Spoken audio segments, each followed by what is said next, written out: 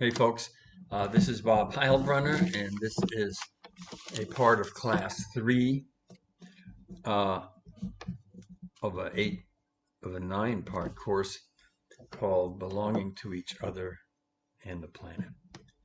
And in this segment now, I want to talk about how we can have a respectful, productive, and inviting and exciting process and discussion process. Um, and so leading a discussion among a very talented and mixed group of people, all of whom have their own styles and their own ways of being in a group. It's challenging, particularly in the Zoom format, I think. Um, so my desire is, one, to promote discussion and interactions and create an inviting atmosphere for people to express themselves, and to do that in a way that respects that people have very different styles of, that they bring to a discussion. So there are some people who prefer mostly to listen and to take in and to process it on their own and do with it privately what they will.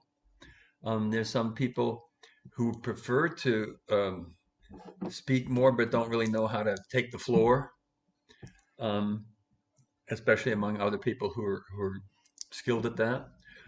And there are people who have a lot that they want to share and offer. And I want to offer a place of belonging in our discussion for every one of those styles, in which no one is shamed for being too quiet, no one is shamed for being not assertive enough, and no one is shamed for talking too much and taking up too much space. Um, and so that to find a way where there's room for people of whatever your style is, it's comfortable for you to find a belonging and a way to contribute in whatever way suits you, um, to the discussion process we're trying to foster. Um,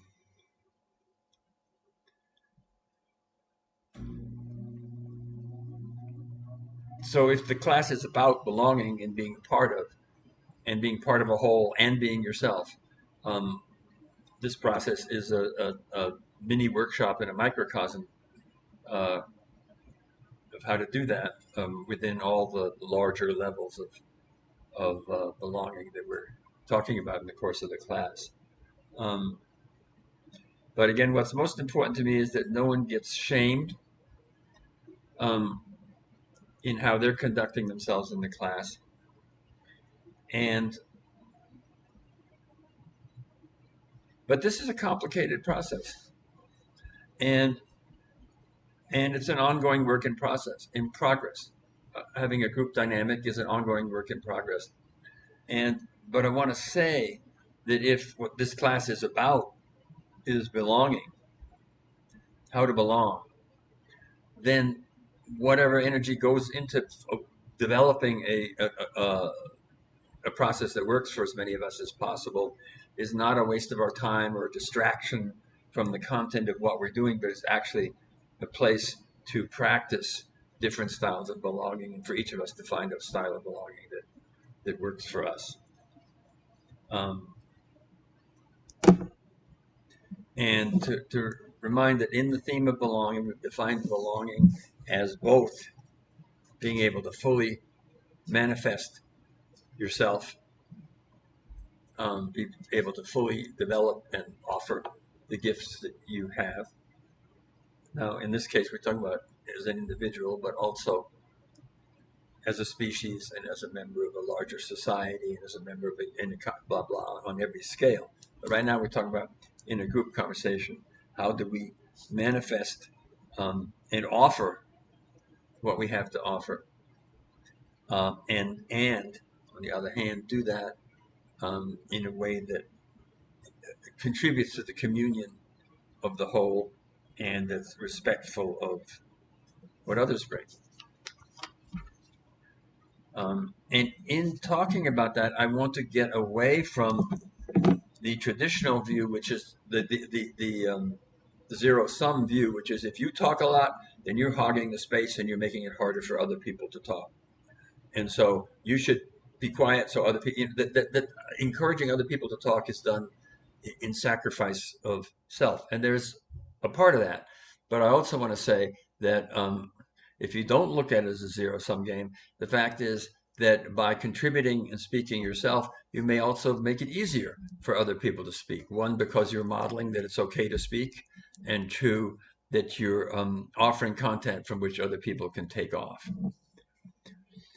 So I want to offer an image, a metaphor, or an image, guiding image for having a successful group process, and that is a spiral. That we want to spiral together. We want a process that is a spiral. And by that I mean that a person gets to say and share what they want to offer, and then they leave that, and then the next person takes off from there, picks up from there, and takes it where they want to take it. And when they're done, it's handed off, and the next person works from what's happening. They don't just come in and make whatever speech they would have made anyway. They are relating to what is happening in the group, and they then have the freedom and the creativity to take that where they want to go. So there's this process of handing off and spiraling, in which there's a balance between taking it where you want to take it and then letting it go and seeing what someone else does with it. And that kind of a spiral, if you think of that spiral as a tube, you could say that the space inside the spiral is actually the direction that the whole conversation is going.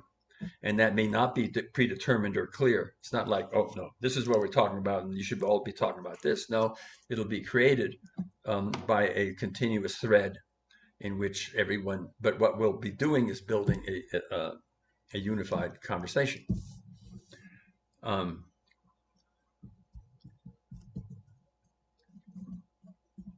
So it's about passing the ball that you've been given, taking it where you want to take it, handing it off to the next person, and they take it where they want to go.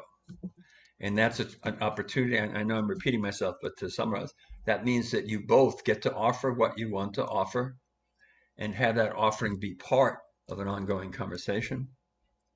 And at the same time, you're taking off from what you're saying is part of a group process because you're taking off from what the group is creating and what's happening.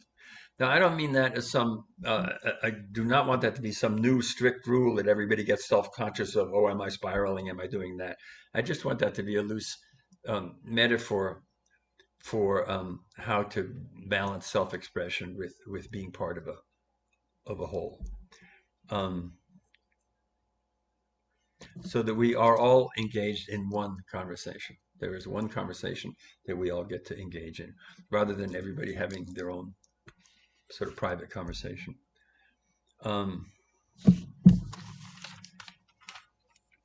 This reminds me of my wife does some improv sometimes, and some of you may have also had a little improv training. The basic rule of improv is that you say yes to whatever the other person gives you.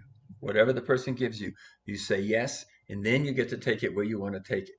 But you take it from working with what they gave you, and that's what makes an improv smooth and work, and makes people in the audience go like, "My God, how did this all come together into one thing?" So, for instance, if someone says, "We're in Egypt and we're on the Nile, and we're going down the Nile in this boat," and then they pass it on to the other guy, and you don't say, "No, we're not on the Nile. We're in San Francisco, and we're about," you don't say no and then do a whole other thing. You take what you've been given, and then you can take it. You get to do with it what you want to contribute to it. It's also a little similar to we talked about the metaphor when we talked about how dialectic works, of how a snake moves. The snake doesn't have legs and arms. It can't just say, "I'm going this way." It has to go this way. And if its forward movement is a summary of I'm trying to get my hand where it's in the picture, is a summary of is the accumulation of movement and counter movement, movement and counter movement. Um, Another way of summarizing, almost done here, of summarizing that is to say it's a difference between and but.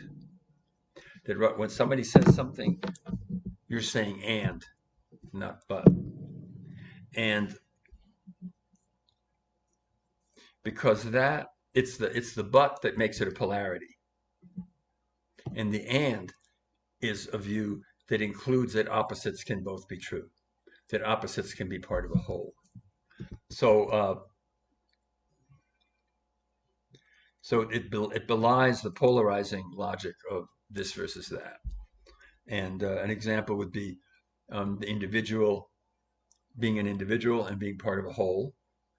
Is that a but? I'm an individual, but or is that an and? Are we both individuals and unique and separate, and both united and dependent on and part of and influenced by a whole? Or you could say life is a grim and violent and awful thing in which we ultimately are dissolved and turned into compost. Or life is a beautiful thing in which nature miraculously nourishes us and makes our life possible. Uh, okay, so is that or is it an and? There's an obvious case where it's much richer to understand that this is an and that those polarities are united in a greater unity, which is the way of handling polarities that contradicts the way the narcissistic system celebrates and um, promotes polarities to keep people divided from each other and from themselves, and in the interest of disempowering people, uh, in the interest of keeping entrenched power in place.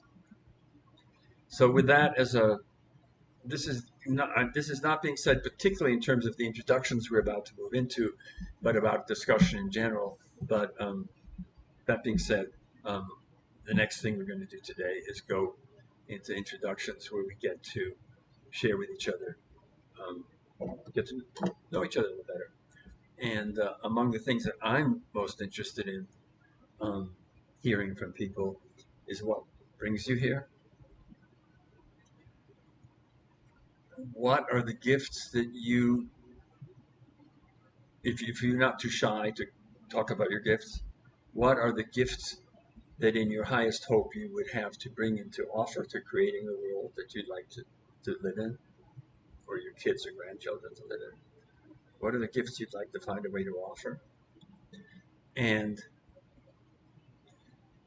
how can this class support you in developing that and finding your place and your belonging in the transition from a paradigm of narcissism to a paradigm of communion that nature is, with increasing firmness, asking and demanding of us to negotiate?